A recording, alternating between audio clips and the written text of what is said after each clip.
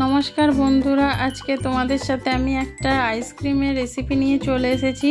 খুব সহজে ঘরোয়া উপকরণ দিয়ে একদম চকোবার আইসক্রিম বানিয়ে ফেলতে পারবে। একদম সহজভাবে বানানো যাবে, যখন প্রত্যেকেই কিন্তু এটা বানিয়ে খেতে পারবে। একদম খুব সহজভাবে আমি বানানোর চেষ্টা করেছি। কিভাবে বানিয়েছি ভিডিওটা প্রথম থেকে লাস্ট পর্যন্ত দেখার অনুরোধ রইল। আমি সুস্মিতা রান্নাবান্নায় স্বাগত জানাচ্ছি। তাহলে চলো দেখে নিই যে ঘরে থাকা কম উপকরণ দিয়ে কিভাবে আমি চকোবার আইসক্রিম বানিয়েছি। এই আইসক্রিম একবার বানালে বাইরের আর আইসক্রিম খাওয়া তোমরা ভুলে যাবে।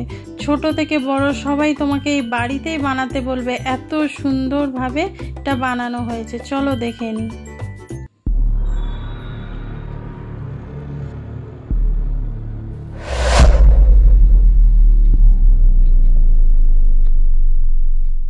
এখানে আমি একটা সসপ্যান নিয়েছি। সসপ্যানের মধ্যে 1 বাটি গরুর দুধ দিয়ে দিচ্ছি, প্যাকেট দুধ আর কি, দিয়ে দিলাম। দেওয়ার পরে এটা ভালো করে ফুটিয়ে নিতে হবে। আমি একটুখানি জল দিচ্ছি, যেহেতু দুধটা ফুটবে সেই জন্য অল্প করে একটু বাটিটা ধুয়ে জল দিয়ে দিলাম। এটা ভালো করে ফুটিয়ে নিতে হবে। দুধটা কিন্তু ফুটিয়ে ঘন করতে হবে। তারপরে এখানে দিয়ে দেবো আমি চিনি। এখানে দেখতে পাচ্ছ দুধটা ভালোভাবে ফুটে আছে। এখানে দিয়ে দিচ্ছি আমি 2 চামচ চিনি দেব। বেশি চিনি দেব না, যেহেতু আমি এখানে আমুল দুধ অ্যাড করব, সেই জন্য আমি এখানে বেশি চিনি দিলাম না। তোমরা যদি বেশি মিষ্টি খেতে চাও তাহলে কিন্তু এখানে চিনিটা দিতে পারো। এখানে আমি 10 টাকাওয়ালা 1 প্যাকেট আমুল দুধ এখানে দিয়ে দিলাম। দিয়ে এবার চামচের সাহায্যে ভালো করে মিশিয়ে একদম দুধটাকে ফুটিয়ে নেব। দুধটা যত ঘন হবে তত কিন্তু আইসক্রিমটা খেতে ভালো লাগবে।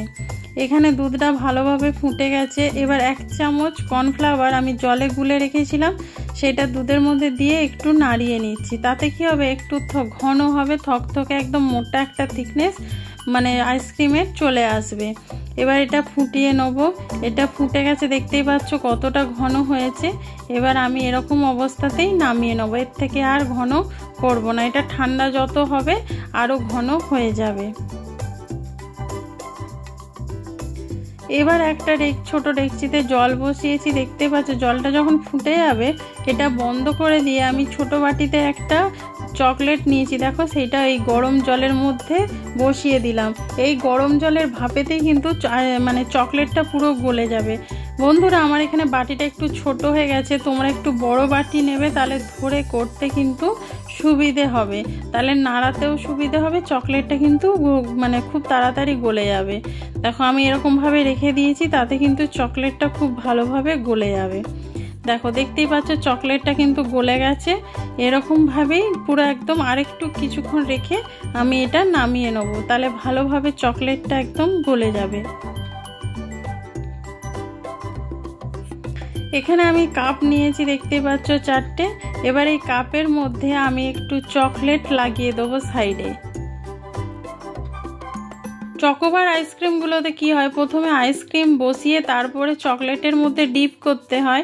এখানে কিন্তু খুব সহজে একবারেই তোমরা কিন্তু এটা বানিয়ে ফেলতে পারবে। দেখো প্রথমে আমি চকলেটের একটা লেয়ার লাগিয়ে দিচ্ছি। এই দেখো এই কাপটার মধ্যে। যাদের কাছে আইসক্রিম বোল নেই তারা কিন্তু এইভাবে কফি কাপে কিন্তু লাগিয়ে করতে পারো। যাদের কাছে আইসক্রিম বোল আছে তারা কিন্তু প্রথমে চকলেটটা ওর মধ্যে লাগিয়ে তারপরে দুধটা দেবে। দেখো এরকমভাবে আমি লাগিয়ে নিলাম চকলেটটা, সবগুলো কাপের মধ্যেই লাগিয়ে নিয়েছি।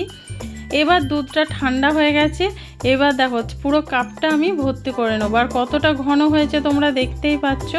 এরকম কিন্তু ঘন করবে, তবে আইসক্রিমটা খেতে ভালো লাগবে।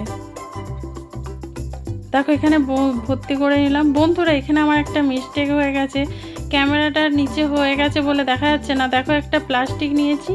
প্লাস্টিক নিয়ে আমাদের ঘরেতে যেই নর্মাল প্লাস্টিক থাকে সেইটা দিয়েই কিন্তু আমি এটা একটা গার্ডারের সাহায্যে লাগিয়ে দিলাম।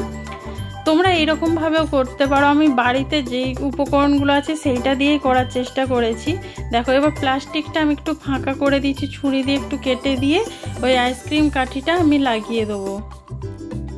এরকমভাবেও করতে পারো, বা তোমরা কিন্তু কাপের মধ্যে রেখে একটু ফ্রিজের মধ্যে রেখে দেবে, তাতে একটু জমে গেলে তারপরে কাঠি লাগিয়ে দিতে পারো। কিন্তু বন্ধুরা এই দুধটা এতটাই ঘন হয়েছে যে এতে আর ফ্রিজে রাখার দরকার নেই। দেখো এইভাবে তোমরা কিন্তু করে নিতে পারো। এবার আমি কাপগুলো সব ভর্তি করে নেব। দেখো এখানে দেখেছো প্লাস্টিকটা আমি গার্ডারের সাহায্যে কিন্তু লাগিয়ে দিয়েছি। এমনি পাতলা যে প্লাস্টিকগুলো হয় সেগুলো আমি গার্ডারের সাহায্যে লাগিয়ে মাঝখানটা কেটে আমি কাঠিটা লাগিয়ে দিয়েছি। এবার এইরকমভাবে সব কাপগুলো আমি লাগিয়ে নেব। এবার দুধটা এতটাই ঘন হয়েছে যে কাঠিগুলো এমনি লাগানো হয়ে যাবে। তোমাদেরকে দেখিয়ে দিচ্ছি, দেখো এই রকম কিন্তু ঘনভাবে দুধটা ফুটিয়ে নেবে। তারপরে দেখবে আইসক্রিমটা যখন খাবে এতটাই ক্রিমি লাগবে যে তোমরা অবাক হয়ে যাবে যে এরকম মানে ভাবেও কিন্তু এত সহজে বানানো যায় এত কম উপকরণ দিয়ে। পুরো দোকানের আইসক্রিমকেও কিন্তু হার মানিয়ে দেবে, এটা এত সুন্দর। সব কাঠিগুলো লাগিয়ে আমি এই প্লেট সমেত কিন্তু ফ্রিজে রেখে দেবো সারা রাতের জন্য। তারপরের দিন সকালবেলা আমি বার করব। দেখো এখানে দেখতেই পাচ্ছ আমি তার পরের দিনকে আইসক্রিমগুলোকে বার করেছি। দেখো কত সুন্দর জমে গেছে, দেখো একটুও কিন্তু আর নরম নেই। এবার তোমাদেরকে আমি খুলে দেখাবো, যেটা আমি প্লাস্টিকে আটকেছিলাম সেটাই খুলে তোমাদেরকে দেখাচ্ছি। দেখো এই যেগুলো প্লাস্টিক দিইনি সেগুলোও কিন্তু কাঠিগুলো একদম খুব ভালোভাবে জমে গেছে। দেখো প্লাস্টিকের সমেত এরকমভাবে খুলে নিয়ে এবার আমি কাগজটা ছিঁড়ে নেব। এবার একটু আগে আমি বার করে রেখেছিলাম, যা গরম দেখো সঙ্গে সঙ্গে বার করার সঙ্গে সঙ্গে যেন ঘেমে যাচ্ছে। দেখতে পাচ্ছ এই দেখো চকলেটগুলো একদম যেন জল জল টাইপের লাগছে, কিন্তু এটা মানে গরমের জন্য এটা হচ্ছে। দেখো এইরকমভাবে কিন্তু হয়ে যাবে। তোমরা চকলেটটা যত মোটা করে লাগাবে এর ওপরের কোটিংটা তত মোটা হবে। এই ভিডিওটা যদি ভালো লেগে থাকে লাইক কমেন্ট শেয়ার করো। নতুন বন্ধু যারা দেখছো চ্যানেলটা সাবস্ক্রাইব করে বেল আইকনটা ক্লিক করে দিও। যারা ফেসবুক থেকে দেখছো তারা পেজটা ফলো করে দিও। Thank you.